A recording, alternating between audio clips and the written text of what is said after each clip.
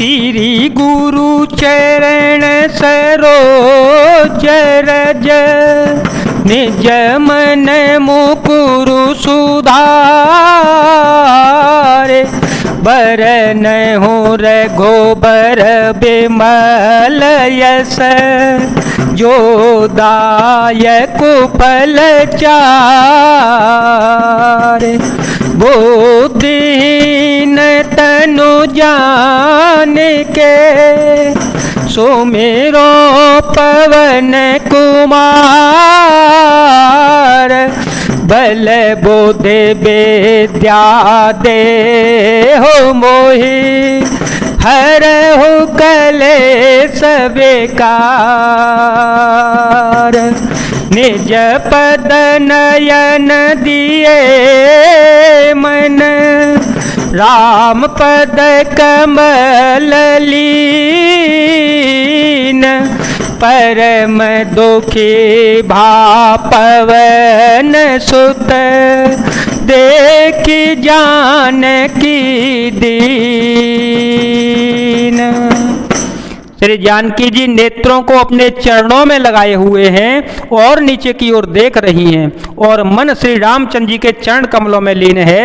जानकी जी को दीन दुखी देखकर पवन पुत्र हनुमान जी बहुत ही दुखी हो गए। तरो पल्लव महुरा लुकाई करे विचार करो का भाई ते अवसर रावनु तयावा संग नारे बहु किए बनावा बहु देखल सीता ही समुझावा सामदान भय भेद देखावा कह रावनु सुनु सुमुखी सयानी कह रावनु सुनु सुमुखी सयानी मंदोदरी आदि सवरानी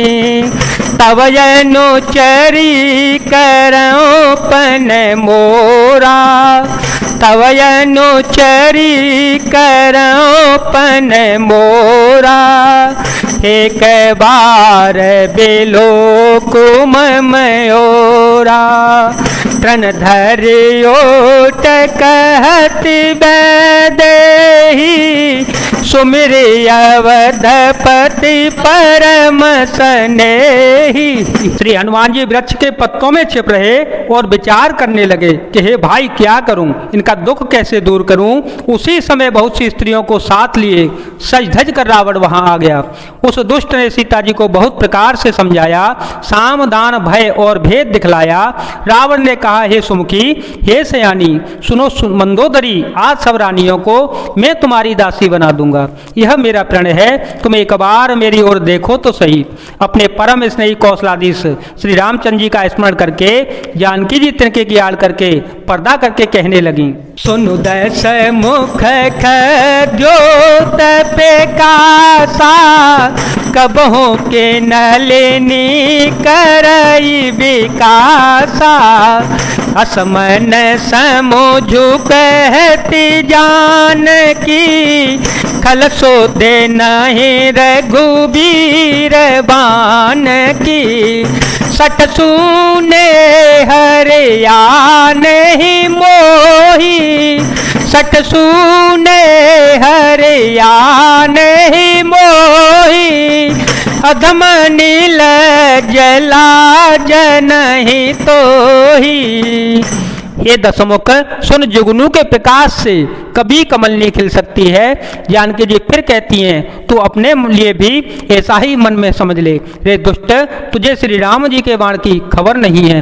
रे पापी, तू मुझे सूने में हर लाया है।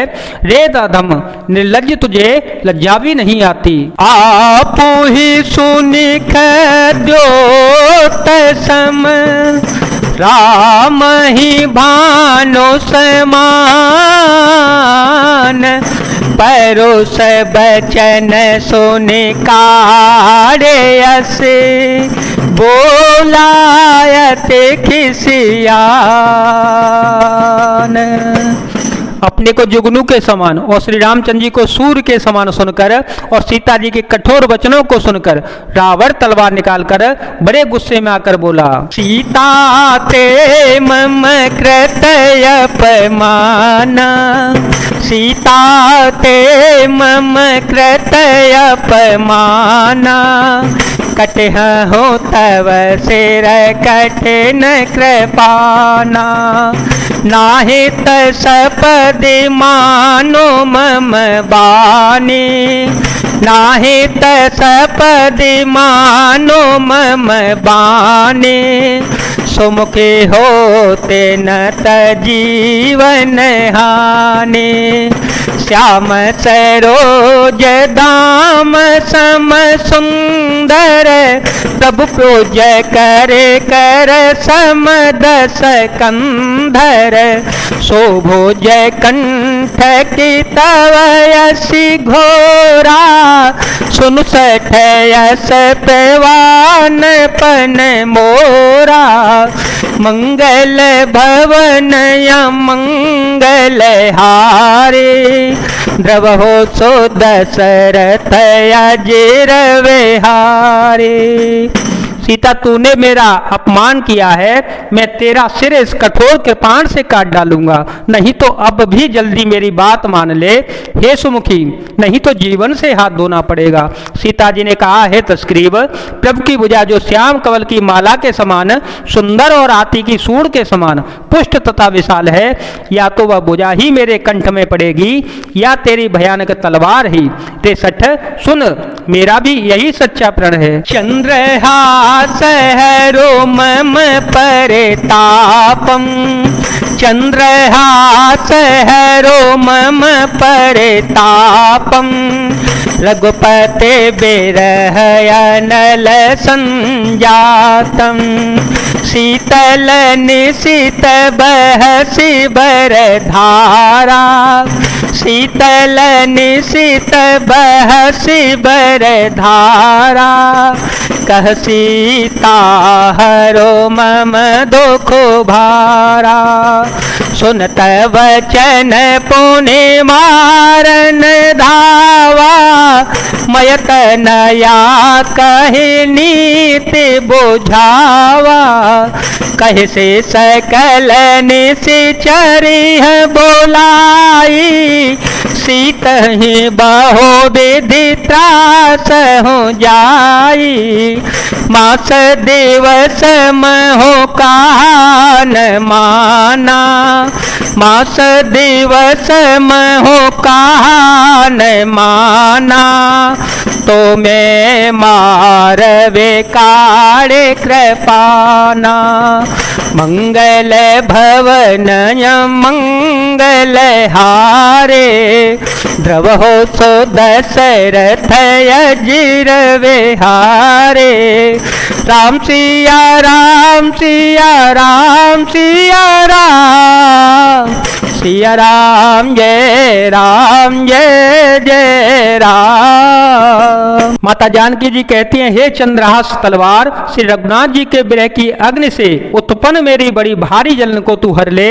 हे तलवार, तू शीतल तीव्र और श्रेष्ठ धारा बहाती है, अर्थात तेरी धारा ठंडी और तेज है, तू मेरे दुख के बोझ को हर ले। सीता जी के ये वचन सुनते ही वह मानने के लिए दौड़ा। तब मैं दानव की पुत्री मंदोदरी ने नीति कहकर उसे समझाया।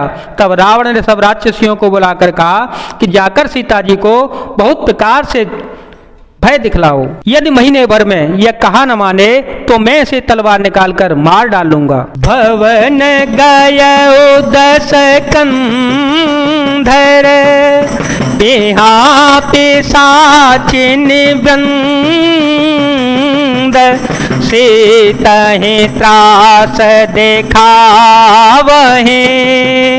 दरहि रूप बहु मंद, राम सिया राम सिया राम सिया राम, सिया राम जय जय राम। यह कहकर रावण घर चला गया। यहाँ राक्षसियों के समूह बहुत से बुरे रूप धरकर सीता जी को भय दिखलाने लगे। जय जय सिया राम, जय वीर हनुमान जी महाराज, जय भोलेनाथ, जय दीनानाथ, जय शिव शंकर।